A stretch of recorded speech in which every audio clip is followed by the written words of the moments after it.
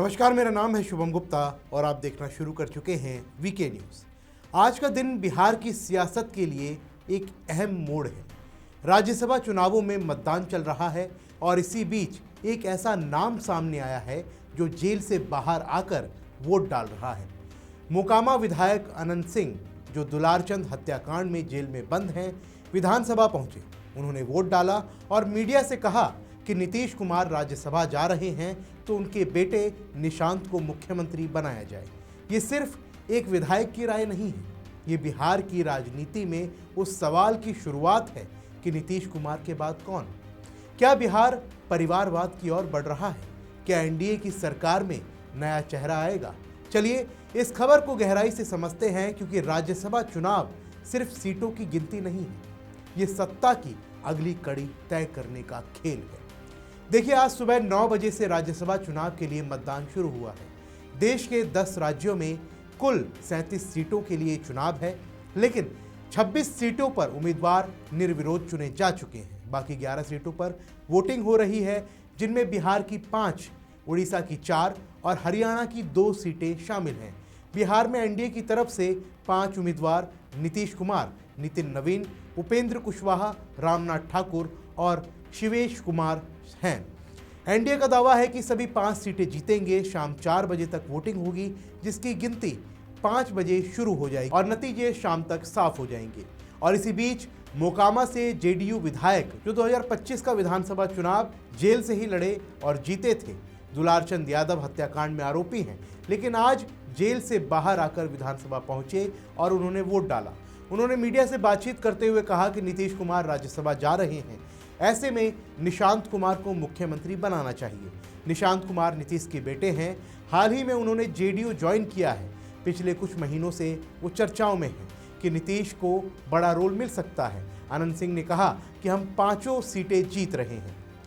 दरअसल अनंत सिंह का दावा एनडीए के पक्ष में है, लेकिन ये बयान ज़्यादा अहम है क्योंकि ये नीतीश के बाद के बिहार पर सवाल उठाता है। और देखिए, नीतीश कुमार बिहार के सबसे लंबे समय तक मुख्यमंत्री रहे हैं।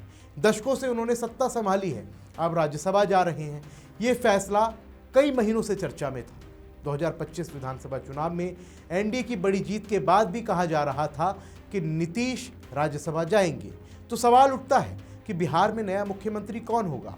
बीजेपी का दबाव है क्योंकि एनडीए में उनकी ताकत ज़्यादा है, लेकिन जेडीयू में नीतीश का परिवारवाद का सवाल अब सामने आ रहा है। निशांत कुमार के नाम पर कई नेताओं ने पहले भी मांग की है।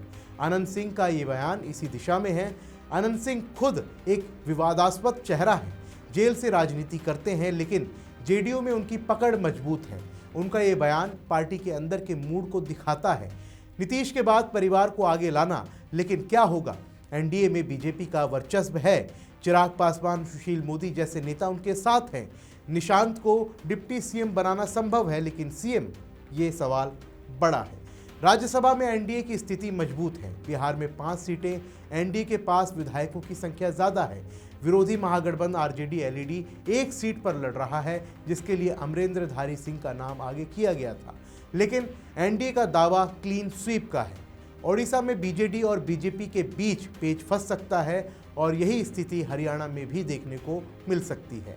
लेकिन बिहार में फोकस नीतीश पर है और ऐसे में अनंत सिंह का ये बयान बताता है कि पार्टी में नीतीश के बाद प्लान क्या चल रहा है। निशांत हाल ही में सक्रिय हुए हैं, चुनाव में दिखे हैं, उनके पोस्टर्स लगे हैं, लेकिन क्या जनता तैयार है?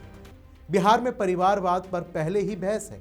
लालू परिवार, नीतीश परिवार, अनंत सिंह जैसे नेता का समर्थन महत्वपूर्ण है क्योंकि वे जेडीयू में के मजबूत चेहरे हैं। और ये खबर सिर्फ वोटिंग की नहीं, ये बिहार की सत्ता की अगली पीढ़ी का सवाल है। नीतीश राज्यसभा में जाएंगे तो केंद्र में उनकी भूमिका क्या होगी? बिहार में सीएम कौन होगा, निशांत या फिर कोई और? अनंत सिंह ने जेल से बाहर आकर ये मांग रखी। ये दिखाता है कि राजनीति में जेल भी नहीं रोक सकती। शाम तक नतीजे आएंगे, एनडीए 5 सीटें जीतेगी या नहीं, लेकिन असली खेल नीतीश के बाद का है। आप क्या सोचते हैं? क्या निशांत कुमार बिहार के अगले सीएम बन सकते हैं?